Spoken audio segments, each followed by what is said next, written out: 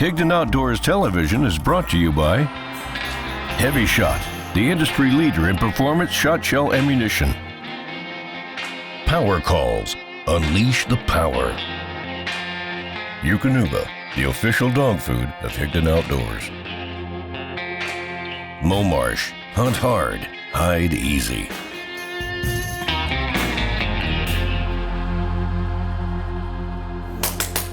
Both of you stay calm, it's okay. If you got a woosa every once in a while, woosa, you can do it, or whatever you say in French. ¿Qué pasa? That's Spanish. Definitely Spanish.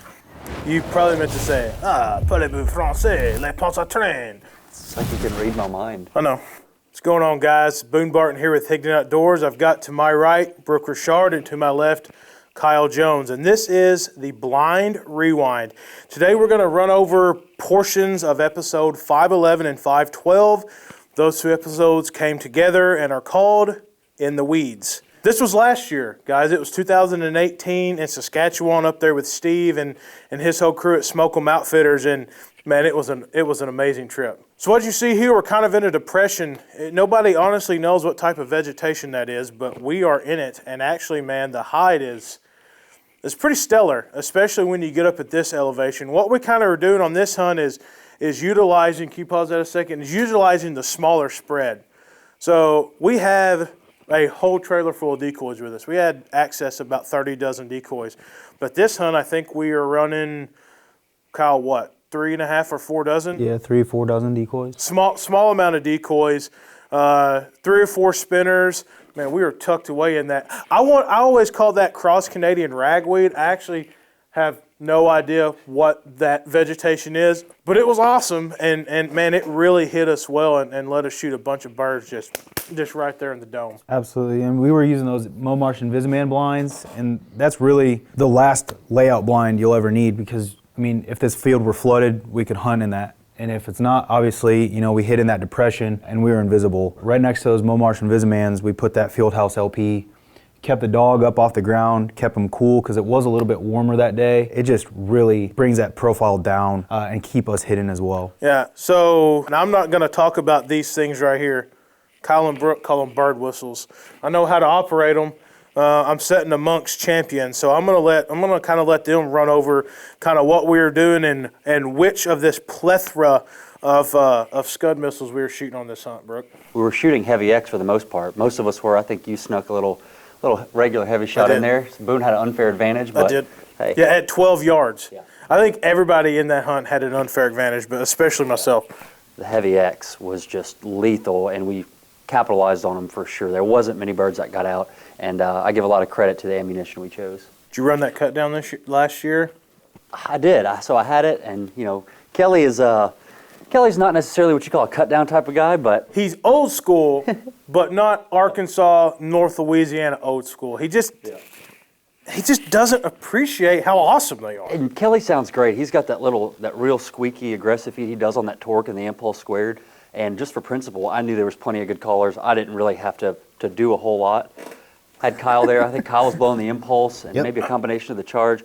Boone was, he had the whistle down pat and the remote. Add the static and the remote, Spinner remote. I blew the cut down call basically out of principle. I knew if Bo, Kyle, Boone, Kelly, if they couldn't turn the birds, and I had to jump in, it was already probably pretty tough anyway, so I brought the biggest, loudest, most beautiful call I could find, and that was the ignition. And hot and fresh out the kitchen. Didn't have to use a lot. Right. Is that how that goes? Yeah. I played the trigger finger on a lot of these hunts, and it was a beautiful thing. All right, bring Kelly into the group. I know he's feeling left out. We've got probably, I don't know, about 3 dozen full-body mallards out, about a dozen black ducks out.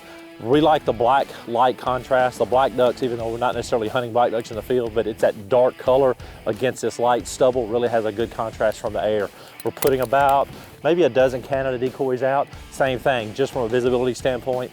Birds can see that from a great distance. They have the setting up higher, the bigger shadows they're casting. They look good from a distance. It keys our eyes in on. Once they see our spread, it's almost like they have tunnel vision. Then they'll key in on the duck decoys, they'll see the flashers. Hopefully then they're gonna be in range. Check it out. What Kelly was talking about was the color contrast. You know, contrast works in the water, it just frickin' works everywhere. Whether it's your duck call or your decoy spread, you want to have a dog in the fight and you want to be seen. And the way I look at it is, who wants the quietest duck call? If ducks can't hear you, what's the point of even having it? Who wants, the most realistic looking duck decoy if a mallard hen, God gave this bird a great gift of hiding, especially in a brown field. Natural camouflage, so that's why hens are that color. Natural camouflage from predators. Don't get it twisted. You get to a point in that drone footage where you cannot see the hens at all. I don't think you can see them right there. No, they disappeared 75 yards ago. We use whites, we use blacks, we use oranges on the shovelers. They've got to be able to see them. That's what you're out there for.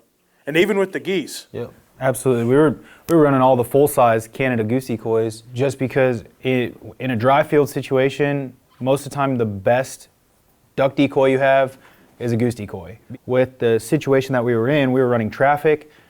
We needed something that would stand out, and that's where the goose decoys really caught their attention. Then you have the whites and the blacks paired with the mallard drakes and the black ducks. Ducks will a lot more voluntarily decoy with geese versus geese with ducks. Yep. We actually had a situation where there was 200, remember the 200 geese that pitched into the field back behind us to the left, and once those geese pitched in, we had to get them out because it was like magnets. We couldn't shoot them this day, right? So in Saskatchewan, and different provinces are different, but before October 15th, you can't shoot darks, which is a Canada or spec, any of the subspecies. You can't shoot darks in the afternoon. So a lot of the times when we have some champion callers like Kyle and Kelly, and man, we'll still call them in and we'll still decoy them just to get camera footage. So if you are ever watching this show and you're gnawing at the bit and yelling at the TV about why we aren't shooting these geese and you can see the sunset behind us, it's because you never want to go to a Canadian prison. It's terrible. It's terrible. Those Mounties, they're brutal. Yeah. They're really too nice to you. It's offensive how nice they are.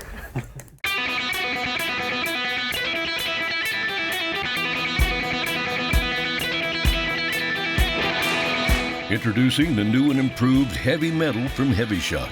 16% more downrange knockdown power with new higher density bismuth pellets layered over corrosion-resistant steel. Try the new heavy metal today and increase your odds. Tighter patterns, longer range, clean kills. HEVI-SHOT. I didn't come this far to miss.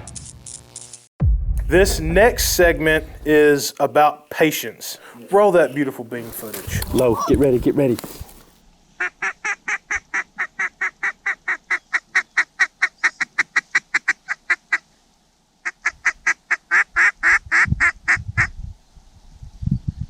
What would the vast majority of people done in that situation right there? Shot the pair. Well, there was four of them. There was four of them within 20 yards. Two pair. Two pair. Four singles, all in one conglomerate. But yeah, they were in the decoys. They skirted the decoys at 20 yards.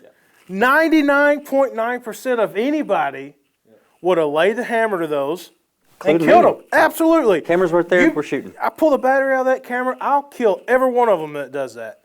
But we can't.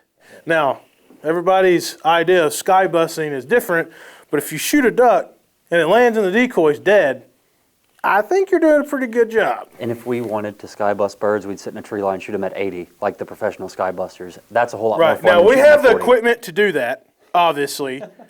And sometimes when you get Bo in a field, he's like an amateur gladiator, right? He's crazy and he'll do anything for you, but you got to keep him at bay. Yeah. Let's let him make one more pass and everybody listen to the calling or lack thereof. Yep.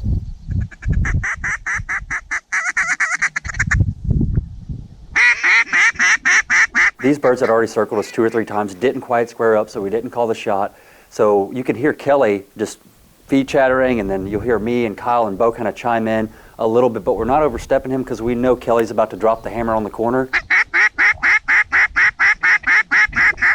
I mean, in this situation here, with calling on the corners, if we'd been calling the whole time, it creates elevator music. So you're giving these birds everything that they want to hear. It's droning out, right? Exactly. It's just sound, it's just something there. So patience pays off sometimes. A lot of times, sadly, it doesn't pay off. See if you can find that clip that we were just talking about where it doesn't pay off. And this may be it. Oh, it's probably the one titled Patience Doesn't Pay Off. So there's what, 50, 60? Yeah, Yeah, I mean a freaking mob, right? So watch what's going on here. Obviously those birds are extremely interested. Got one Stuka just landed kind of landed. Could have killed him. Don't tell Kyle that. Yep. Don't tell him it's a widgeon. Okay, looks like we've got 3 coming in hot. Let these come. We're going to get the group in the back. Get the group. We're gonna get the group in the back. Look at this. I mean, talk about couldn't be a deader freaking duck, right? And I just want to say, in this moment, Kelly, who has a lot of expertise in hunting in this situation, and he thought in that moment he had to make a quick split-second decision of either we shoot these 3 or 4 that are right here, candy birds, but he was able to see through the fun stuff right in our face, know that big bunch was breaking down, and he made a decision, hey, let's wait because this big bunch may give us a shot. Now whether it works out or not, who knows? But I give it to Kelly. He made a great choice by waiting because those birds in the back look great. This is kind of where you start thinking, But at least we can blame it all on Kelly. right, exactly. If anything goes bad, just blame it on Kelly. We've had 2 or 3, probably fixing to be 4 birds on the ground, 2 or more in the decoy, 6 feet off the ground, but we're going after that big juice box. We're going after that big juice, the big mob, right? Man, that bunch. Widgeon, single, the bunch is Did you coming. just do a sling blade? He knew he messed up, so it was. Well, nobody likes to go to a group and there be a, quote, pit boss. Yeah. Nobody wants to feel like they have to do what somebody else has to tell them to do. But at the end of the day, there has to be somebody that makes the call for the whole group. If not, we would be a bunch of Bo Brookses out there and be wild westing and shooting everything. At the end of the day, you'd have a bunch of ducks, a moose, and probably a wolverine. But Maybe a badger. yeah, there has to be somebody that, not saying I'm bigger, I'm badder than you, that makes a call. Let's shoot these. Speaks for everybody. Kelly's been doing this a long time. We've been doing this quite a long time. Kelly's been doing it longer. And yeah, he feels as though he messed up. I don't know if he messed up or not. We're up there to film and make a television show like we were saying. But that, it's sling blade. I don't know if it's like the sound of regret or what, but you know, it's like one of those where like there's a lot of pressure on that guy that's calling the shot, you know? You kind of feel embarrassed, right? And you're like, well, there was my chance at the Price is Right, and I freaking went to spin the wheel and didn't even touch it. You know, it's just, it kind of makes you feel a little funny. But all that to the side, that's Carl off Sling Blade. Rewind that a little bit.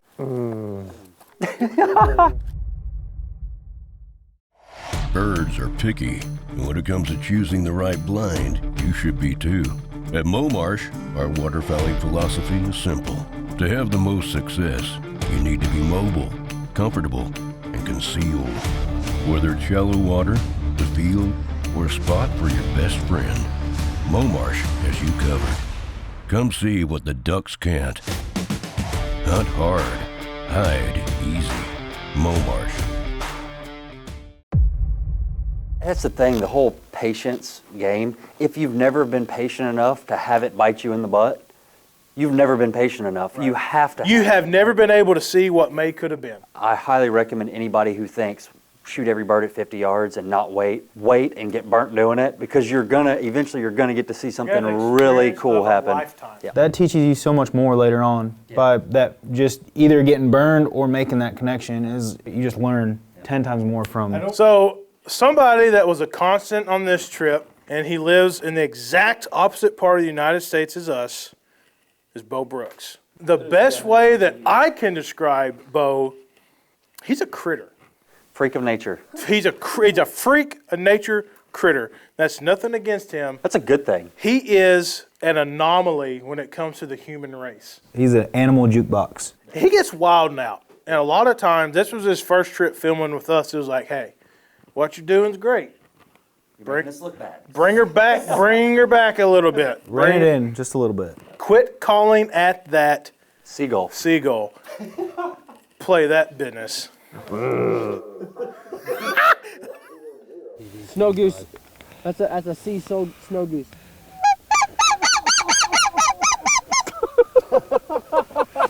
They banned a lot of seagulls. You get them and feed them in Costco parking lots. Enjoy their presence. If he could hunt seagulls, he'd be waiting in line all day to get a spot. Give us your seagull call. Mine. Listen to this seagull call. It's really good.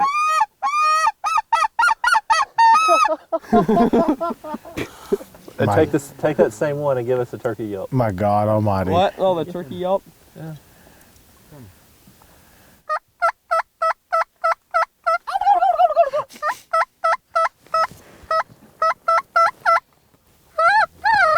All right, bands.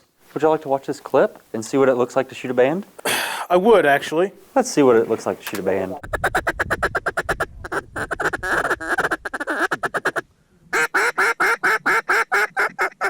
You see how well those geese stick out too. Oh boy. Look at that. 11 o'clock. I mean, just Bowed up. 1 o'clock, 2 o'clock, coming back. They're just pushing that front bunch down. yeah. Get ready. Right side coming in. Get him. Ho! Get up. Yeah, that was kind of cleaning up shop. It's banded. Is it really bad? It is banded. Y'all can fight over that one. Appears to be a lake band. I need the duck I shot, babe. Number one, I'd like to point out that was a hen. Was. They banned hens. And I am a firm believer in getting the most bang for your buck. And somebody pays all these conservation officers and all these biologists to travel to the far reaches of North America and ban these birds. That's for research purposes. If you don't ever harvest hens, then how are we supposed to recover this very useful information? I'm an advocate of harvesting the occasional hen. Or two. Or however many you really can, because I eat them and they freaking banned them. And the biologists say you can shoot. And they say you can, but we're not getting on that right now. We're talking about bans. Federal government says you can shoot 2 a day in the States. Don't let your country There's a down. lot of things they say we can't do. But if they say I can shoot some hens, I'm going to shoot some hens. Inside every dog is something extraordinary, waiting to be unleashed. For the people who recognize their potential, who coach raw ability into dogs who inspire awe. For people whose greatest achievement is the bond they've built and the stories they share. We're with you, fueling the extraordinary things your dog can do.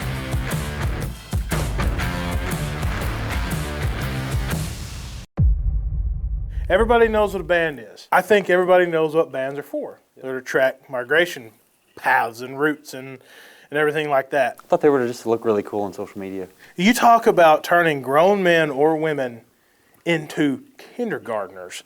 You put a band in the mix, oh my goodness. But they're awesome, and everybody wants them. And they have very valuable information on them. Jack Miner started it. Kyle's got a Jack Miner band. Kyle started hunting in Michigan, kind of pretty close to where the Miner place is. They're just so freaking cool. Every band that I've been in on shooting, I don't really care to have it.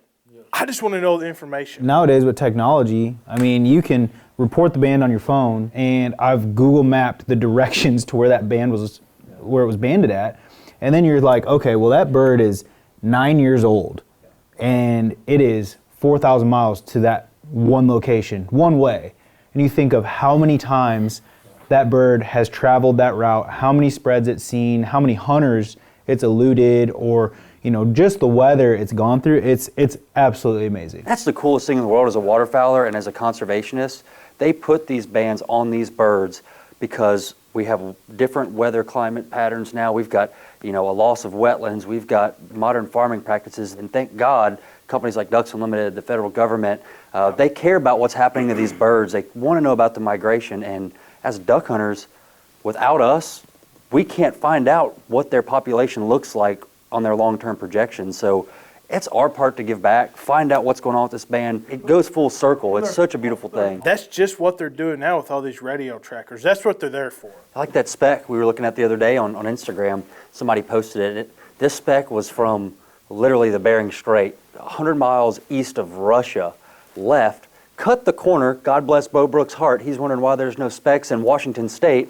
That bird literally went from the islands in Alaska near the Bering Strait, flew straight across the Pacific Ocean, took a nap. Middle of the ocean, Pacific Ocean. Took a nap in 3,000 foot of water. He's surfing. 12 hours. And his route actually made a little loop. Ocean currents. Ocean currents. So this speckled belly goose that you see in Colusa, California, or Stuttgart or Louisiana.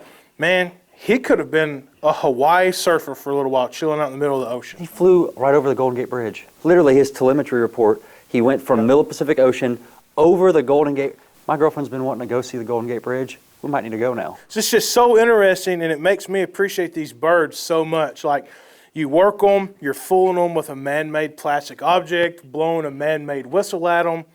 It's like the ultimate deception. So it makes me kind of value these birds even more. They're incredible creatures. So It's a cool deal. if you're lucky enough to harvest a band while you're hunting, don't be that guy. Don't just claim it, because you can. Don't be that guy. If everybody shoots into a group kill and you kill a band, who knows who shot it? Honestly, who cares who shot it? Do the right thing. Draw straws, draw needles, arm wrestle, foot race. Be out of luck on that one, but do it fair. Don't let the killing or not killing of a band dictate your hunt. It's part of it. It's awesome. It's extremely useful information. Just kind of let it go. Now, the most important thing about all this, next segment. Right door. What is that? What in the world are This is my widget killing outfit. You should have seen him when he got off the airplane. It's sky busting material. I'll wear this when I go back to the tribal. You are from Portland, aren't you? Tribal council. What do you self-identify as? That's Bo, man. That's him. Bo brings, like I said, he brings a lot to it. Brings talent. He's a great caller. He's a great hunter. He's a great shot, but he brings humor to it too. I hope you guys like the blind rewind. This is kind of the first taste at it. And it's not really behind the scenes, but it's just like we're real guys. We really do this. We each have our own trials and tribulations, and we make awesome decisions sometimes. We make bad ones. We get in fights with one another, and it's just part of it. That's kind of what's up with the blind rewind. If you guys have any more questions or whatever, man, hit us up on social media, Facebook, Instagram, anything like that, and we can revisit those later. I hope you guys enjoyed.